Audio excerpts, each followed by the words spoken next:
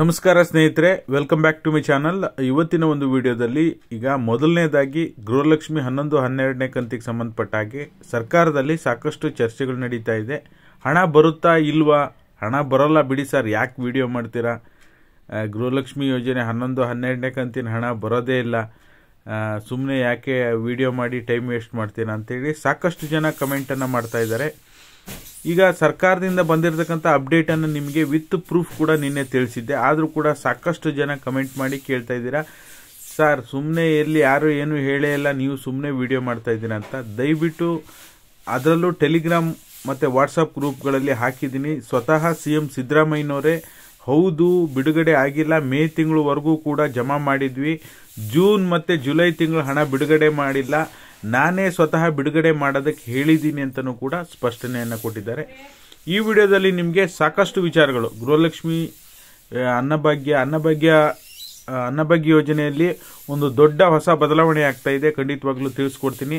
ಮತ್ತು ration card ಇದ್ದವರಿಗೆ ಒಂದು ಭರ್ಜರಿ ಗುಡ್ ನ್ಯೂಸ್ ಇದೆ, ಸಾಕಷ್ಟು ಉಪಯುಕ್ತ ಮಾಹಿತಿ ಇದೆ. ವಿಡಿಯೋ ನೋಡ್ತಾ ಇರೋ ಪ್ರತಿಯೊಬ್ಬರು ವಿಡಿಯೋಕ್ಕೆ ಒಂದು ಲೈಕ್ ಕೊಡೋ ಮೂಲಕ ಸಪೋರ್ಟ್ ಮಾಡಿ. ನೀವೇನಾದರೂ ಹೊಸದಾಗಿ ನಮ್ಮ ಚಾನಲನ್ನು ನೋಡ್ತಾ ಇದ್ದೀರಾ ಅಂದರೆ ಸಬ್ಸ್ಕ್ರೈಬ್ ಮಾಡ್ಕೊಳ್ಳಿ, ಓಕೆನಾ. ಪ್ರತಿಯೊಬ್ಬರು ವಿಡಿಯೋಕ್ಕೆ ಒಂದು ಲೈಕ್ ಕೊಡೋ ಮೂಲಕ ಸಪೋರ್ಟ್ ಮಾಡಿ. ಬನ್ನಿ ವಿಡಿಯೋನ ಸ್ಟಾರ್ಟ್ ಮಾಡೋಣ. ಈಗ ವಿಡಿಯೋ ಸ್ಟಾರ್ಟ್ ಮಾಡೋಕ್ಕಿಂತ ಮೊದಲು ನಿಮಗೆ ಗೃಹಲಕ್ಷ್ಮಿ ಹಣ ಇಂಥದ್ದೇ ದಿನ ಬರುತ್ತೆ ಅಂತ ಯಾರೂ ಪ್ರೆಡಿಕ್ಟ್ ಮಾಡೋಕ್ಕಾಗಲ್ಲ. ಯಾಕೆಂದರೆ ಸರ್ಕಾರ ಕೊಟ್ಟಿರ್ತಕ್ಕಂಥ ಟೈಮ್ ಪ್ರಕಾರ ಬಿಡುಗಡೆ ಮಾಡಿಲ್ಲ, ಲೇಟ್ ಆಗಿದೆ, ಅದರ ಪ್ರಕಾರ ಮಾತಾಡೋಂಗಿಲ್ಲ. ಹೌದು ಲೇಟ್ ಆಗಿದೆ, ಓಕೆನಾ. ಲೇಟ್ ಆಗಿರೋದನ್ನ ನಾವು ಒಪ್ಕೊಳ್ಳೇಬೇಕು. ಆದರೆ ಬಿಡುಗಡೆ ಮಾಡುತ್ತಾ ಇಲ್ವಾ ಅಂತ ನೀವು ನೋಡೋಕೆ ಹೋದರೆ ಖಂಡಿತವಾಗ್ಲೂ ಬಿಡುಗಡೆ ಮಾಡುತ್ತೆ.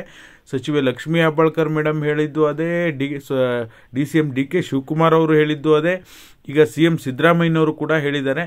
ಮೇ ತಿಂಗಳವರೆಗೂ ಗೃಹಲಕ್ಷ್ಮಿ ಹಣ ರಿಲೀಸ್ ಮಾಡಿದ್ದೀವಿ, ಜೂನ್ನಿಂದ ಕೊಟ್ಟಿಲ್ಲ, ಖಂಡಿತವಾಗ್ಲೂ ಬಿಡುಗಡೆ ಮಾಡ್ತೀವಿ, ನಾನೇ ಹೇಳಿದ್ದೀನಿ ಅಂತಲೂ ಕೂಡ CM ಸಿದ್ದರಾಮಯ್ಯನವರು ಹೇಳಿದ್ದಾರೆ. ಇನ್ನೇನು ಬೇಕಲ್ವಾ, ಖಂಡಿತವಾಗ್ಲೂ ಈಗ ಫಲಾನುಭವಿಗಳೇನು ಮಾಡಬೇಕು ಅಂದರೆ ಸ್ವಲ್ಪ ದಿನ ವೆಯ್ಟ್ ಮಾಡ್ಬೇಕು. ಇಷ್ಟೇ ದಿನ ಕಾದಿದ್ದೀರಾ, ನೋಡೋಣ ಕಾಯನ ಏನು ಕೊಡದೆ ಎಲ್ಲಿ ಹೋಗ್ತಾರೆ, ಕೊಡ್ತಾರೆ ಅಲ್ವಾ. ಹಾಗಾಗಿ ವೆಯ್ಟ್ ಮಾಡಿ ನೋಡಬೇಕಾಗತ್ತೆ, ತಾಳ್ಮೆಯಿಂದ ವೆಯ್ಟ್ ಮಾಡಿ. ಬಿಡಲ್ಲ ವಿಡಿಯೋ ಮಾಡಬೇಡಿ, ಬೇರೆ ವಿಡಿಯೋ ಮಾಡಿದ್ರೆ ಗೃಹಲಕ್ಷ್ಮಿದೆಲ್ಲಿ ಸರ್, ಅದನ್ನು ಬಿಟ್ಟರಲ್ಲ, ವಿಡಿಯೋನೇ ಮಾಡ್ತಾ ಇಲ್ವಲ್ಲ ಅಂತ ಸಾಕಷ್ಟು ಜನ ಈ ರೀತಿ ಕೂಡ ಕಮೆಂಟ್ ಮಾಡ್ತಾ ಇದ್ದೀರಾ. ನಾನೇನು ಮಾಡೋಕ್ಕಾಗಲ್ಲ, ಓಕೆನಾ. ನಾನು ಇರೋ ವಿಷಯನ ನಿಮ್ಮ ಮುಂದೆ ಹೇಳುವಂಥ ಕೆಲಸವನ್ನು ಮಾಡ್ತಾ ಇದ್ದೀನಿ. ಈಗ ಅನ್ನಭಾಗ್ಯ ಯೋಜನೆಗೆ ಸಂಬಂಧಪಟ್ಟಾಗಿ ಹೊಸ ಬದಲಾವಣೆ ಏನಾಗ್ತಾ ಇದೆ. ಈಗ ರಾಜ್ಯ ಸರ್ಕಾರ ಏನು ಮಾಡ್ತಾ ಇತ್ತು, ಅನ್ನಭಾಗ್ಯ ಯೋಜನೆಗೆ ಸಂಬಂಧಪಟ್ಟಾಗ 5 kg ಅಕ್ಕಿಯನ್ನು ಕೊಡ್ತಾ ಇದೆ. ಇನ್ನು 5 kg ಅಕ್ಕಿ ಅಥವಾ ಬೇರೆ ಆಹಾರ ಧಾನ್ಯಗಳನ್ನು ಕೊಡ್ತಾ ಇದೆ. ಈಗ ಅಕ್ಕಿ ಕೊಡ್ತಾ ಇದೆ ಅಂದ ತಕ್ಷಣ 5 kg ಅಕ್ಕಿ ಕೊಡ್ತಿಲ್ಲ ಸರ್, ನಮ್ಮ ಕಡೆ 2 kg ಅಕ್ಕಿ ಕೊಡ್ತಾ ಇದ್ದಾರೆ, ಬೇರೆ ಮತ್ತೆ ರಾಗಿ ಕೊಡ್ತಾ ಇದ್ದಾರೆ, ಈ ರೀತಿಯಾಗಿ ಕೂಡ ಕಮೆಂಟ್ ಮಾಡ್ತೀರಾ. 5 kg ಆಹಾರ ಧಾನ್ಯಗಳನ್ನು ಕೊಡ್ತಾ ಇದೆ, ಇನ್ನು 5 kgಗೆ ಹಣವನ್ನು ನಿಮ್ಮ ಖಾತೆಗೆ ನೇರವಾಗಿ ಜಮಾ ಮಾಡ್ತಾ ಇದೆ, ಓಕೆನಾ. ಬಟ್ ಇದರಿಂದ ಕೆಲವೊಬ್ಬೊಬ್ಬರು ಸರ್ ನಮ್ದೇನೋ ಪ್ರಾಬ್ಲಮ್ ಆಗಿದೆ, ತಾಂತ್ರಿಕ ದೋಷ ಆಗಿದೆ, ನಮ್ದು ಆಧಾರ್ ಶೇಡಿಂಗ್ ಆಗಿಲ್ಲ, ನಮಗೆ ಹಣ ಬಂದಿಲ್ಲ, ನಮಗೆ ಅಕ್ಕಿನೇ ಕೊಟ್ಬಿಟ್ಟಿದ್ರೆ ಸಾಕಪ್ಪ ಅಂತ ನೀವೇನು ಯೋಚನೆ ಮಾಡ್ತಾ ಇದ್ರಿ, ನಿಮಗೆ ಒಂದು ಗುಡ್ ನ್ಯೂಸ್ ಅಂತ ಹೇಳ್ಬೋದು, ಓಕೆನಾ. ಅಕ್ಕಿ ಬೇಕೋ ಅಥವಾ ಹಣ ಬೇಕೋ, ಈ ಒಂದು ನಿರ್ಧಾರವನ್ನು ಪ್ರತಿಯೊಬ್ಬರು ಕಮೆಂಟ್ ಮಾಡಿ ತಿಳಿಸಿ.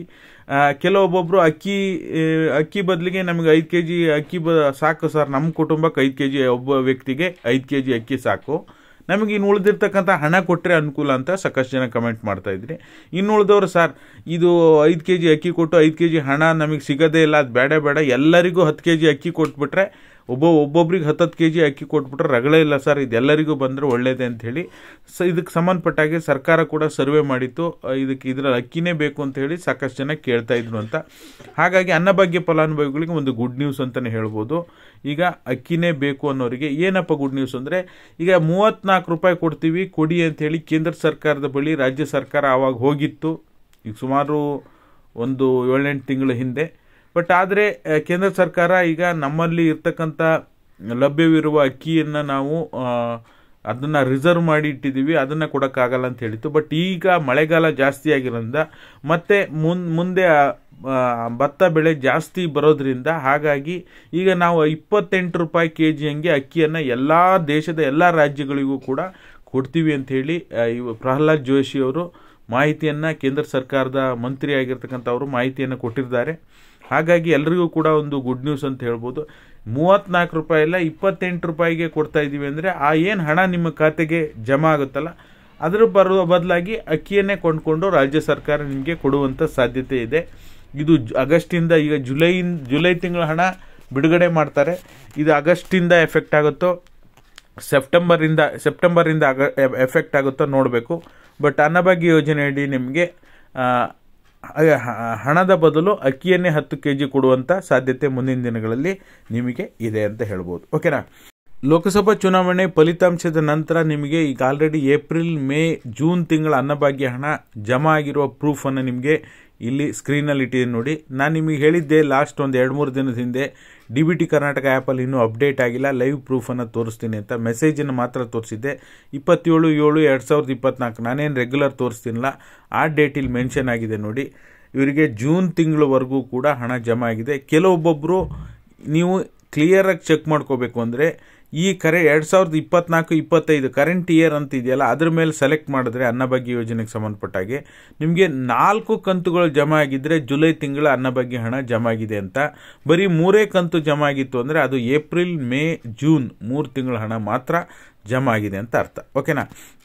ಇನ್ನು ರೇಷನ್ ಕಾರ್ಡ್ ಇದ್ದವರಿಗೆ ಗುಡ್ ನ್ಯೂಸ್ ಏನಪ್ಪ ಅಂತಂದರೆ, ಈಗ ಸಾಕಷ್ಟು ದಿನಗಳಿಂದ ರೇಷನ್ ಕಾರ್ಡ್ನಲ್ಲಿ ಏನೋ ಒಂದು ಬದಲಾವಣೆ ಮಾಡಿಸ್ಬೇಕು, ನಮ್ಮ ಅತ್ತೆಯವ್ರ ಹೆಸರಿದೆ ಅದನ್ನು ತೆಗೆದುಬಿಟ್ಟು ಅವ್ರು ತೀರೋಗಿದ್ದಾರೆ, ಅವರಿಲ್ಲ, ಆದರೂ ಕೂಡ ಅವರ ಒಂದು ಹೆಸರಿನಲ್ಲೇ ರೇಷನ್ ಕಾರ್ಡ್ ಇದೆ, ಮನೆಯೊಡತಿ ನಮ್ಮ ಅತ್ತೆಯವರಿದ್ದಾರೆ, ಅವ್ರನ್ನ ಡಿಲೀಟ್ ಮಾಡಿಸ್ಬಿಟ್ಟು ನಮ್ಮ ಹೆಸರನ್ನು ಹಾಕಿಸ್ಬೇಕು ಅಂಥೇಳಿ ಸಾಕಷ್ಟು ದಿನಗಳಿಂದ ಮಹಿಳೆಯರು ಕಾಯ್ತಾ ಇದ್ರು. ಮತ್ತು ರೇಷನ್ ಕಾರ್ಡ್ KYC ಆಗಿರ್ಬೋದು, ಮಕ್ಕಳ ಹೆಸರನ್ನು ಸೇರಿಸೋದಾಗಿರ್ಬೋದು ಅಥವಾ ತೆಗೆಸೋದಾಗಿರ್ಬೋದು, ರೇಷನ್ ಕಾರ್ಡ್ನಲ್ಲಿ ಅಡ್ರೆಸ್ ಬದಲಾವಣೆ ಆಗಿರ್ಬೋದು, ರೇಷನ್ ಕಾರ್ಡ್ನಲ್ಲಿ ಮೊಬೈಲ್ ನಂಬರ್ ಚೇಂಜ್ ಮಾಡೋದಾಗಿರ್ಬೋದು, ಈ ರೀತಿಯಾಗಿ ಸಾಕಷ್ಟು ಬದಲಾವಣೆಗಳನ್ನು ರೇಷನ್ ಕಾರ್ಡ್ನಲ್ಲಿ ಮಾಡಬೇಕು ಅಂತ ಬಯಸ್ತಾ ಇರೋರು ಅವರಿಗೆ ಒಂದು ಗುಡ್ ನ್ಯೂಸ್ ಅಂತ ಹೇಳ್ಬೋದು. ಈಗ ಜುಲೈ 31ರವರೆಗೂ ಕೂಡ ಬೆಳಗ್ಗೆ 10 ಗಂಟೆಯಿಂದ ಸಂಜೆ 7 ಗಂಟೆವರೆಗೂ ಕೂಡ ಫುಲ್ ಟೈಮ್ ಅವಕಾಶವನ್ನು ಸರ್ಕಾರ ಮಾಡಿಕೊಟ್ಟಿತ್ತು. ಬಟ್ ಆದರೆ ಅದನ್ನು ಆ ಸಮಯದಲ್ಲೂ ಕೂಡ ಸಾಕಷ್ಟು ಜನ ಇದನ್ನು ಮಾಡ್ಕೊಳ್ಳದೇ ಇರೋದ್ರಿಂದ, ಇನ್ನೂ ಕೂಡ ಇದಕ್ಕೆ ಸಂಬಂಧಪಟ್ಟ ಹಾಗೆ ಇನ್ನೂ ಅಪ್ಡೇಟನ್ನು ಮಾಡ್ಕೊಳ್ಳದೇ ಇರೋದ್ರಿಂದ ನಿಮಗಿನ್ನೂ ಎಕ್ಸ್ಟೆಂಡ್ ಮಾಡಿದೆ. ಆಗಸ್ಟ್ 10ನೇ ತಾರೀಕುವರೆಗೂ ಕೂಡ ನಿಮಗೆ ರೇಷನ್ ಕಾರ್ಡನ್ನು ತಿದ್ದುಪಡಿ ಮಾಡಿಕೊಳ್ಳಿಕ್ಕೆ ಫುಲ್ ಟೈಮ್ ನಿಮಗೆ ಅವಕಾಶವನ್ನು ಯಾವುದೇ ನಾಗರಿಕ ಸೇವಾ ಕೇಂದ್ರ ಅಂದರೆ ಬೆಂಗಳೂರಲ್ಲಿ ಅಂದರೆ ನೀವು ಬೆಂಗಳೂರನ್ನು, ಕರ್ನಾಟಕವನ್ನು, ಗ್ರಾಮವನ್ನು ಎಲ್ಲೇ ಹೋಗಿ ನೀವು ನಿಮ್ಮ ಒಂದು ರೇಷನ್ ಕಾರ್ಡ್ ತಿದ್ದುಪಡಿ ಮಾಡಿಸ್ಬೇಕು ಅಂದರೆ ಆರಾಮಾಗಿ ಮಾಡಿಸ್ಬೋದು, ಯಾವುದೇ ತೊಂದರೆ ಇಲ್ಲ. ಓಕೆನಾ. ಹಾಗಾಗಿ ನೀವು ತಿದ್ದುಪಡಿ ಮಾಡಿಸೋಕ್ಕಿಂತ ಒಂದು ಯೋಚನೆ ಮಾಡಬೇಕು, ನೀವು ಅವಶ್ಯಕತೆ ಇದೆಯಾ ತಿದ್ದುಪಡಿ ಮಾಡಿಸಿ, ಇಲ್ಲ ಅಂದರೆ ಸುಮ್ಮನೆ ರೇಷನ್ ಕಾರ್ಡಲ್ಲಿ ಯಾರೋ ಹೆಸರು ಸೇರಿಸ್ಬೇಕು, ಸಣ್ಣ ಮಗು ಇದೆ ಇನ್ನೂ ಅರ್ಜೆಂಟಾಗಿ ಹೆಸರು ಸೇರಿಸ್ಬೇಕು ಅಂತ ಸೇರಿಸಿ ಏನಾದರೂ ತಿದ್ದುಪಡಿ ಮಾಡಿದರೆ ಗೃಹಲಕ್ಷ್ಮಿ ಹಣ ಬರೋದು ಖಂಡಿತವಾಗ್ಲೂ ಕೂಡ ಲೇಟ್ ಆಗುತ್ತೆ ಅಂತ ಹೇಳ್ಬೋದು. ಓಕೆನಾ. ಹಾಗಾಗಿ ನಿಮಗೆ ಈ ವಿಡಿಯೋದಲ್ಲಿ ಸಾಕಷ್ಟು ವಿಚಾರಗಳ ಬಗ್ಗೆ ಕ್ಲಾರಿಟಿಯನ್ನು ಕೊಟ್ಟಿದ್ದೇನೆ, ಇನ್ಫಾರ್ಮೇಷನ್ ಕೊಟ್ಟಿದ್ದೇನೆ. ಮಾಹಿತಿ ಉಪಯುಕ್ತ ಅನಿಸಿದರೆ ಪ್ರತಿಯೊಬ್ಬರು ವಿಡಿಯೋಕ್ಕೆ ಒಂದು ಲೈಕ್ ಕೊಡುವ ಮೂಲಕ ಸಪೋರ್ಟ್ ಮಾಡಿ. ನೀವೇನಾದರೂ ಹೊಸದಾಗಿ ನಮ್ಮ ಚಾನಲ್ ನೋಡ್ತಿದ್ದೀರ ಅಂದರೆ ಸಬ್ಸ್ಕ್ರೈಬ್ ಮಾಡ್ಕೊಳ್ಳಿ. ಈ ವಿಡಿಯೋನ ನಿಮ್ಮ ಫ್ರೆಂಡ್ಸಿಗೂ ಕೂಡ ಶೇರ್ ಮಾಡಿ. ಸಾಕಷ್ಟು ವಿಚಾರಗಳ ಬಗ್ಗೆ ಮಾಹಿತಿ ಇದೆ. ಎಲ್ರಿಗೂ ಕೂಡ ಧನ್ಯವಾದಗಳು. Thank you all. Thank you so much for watching.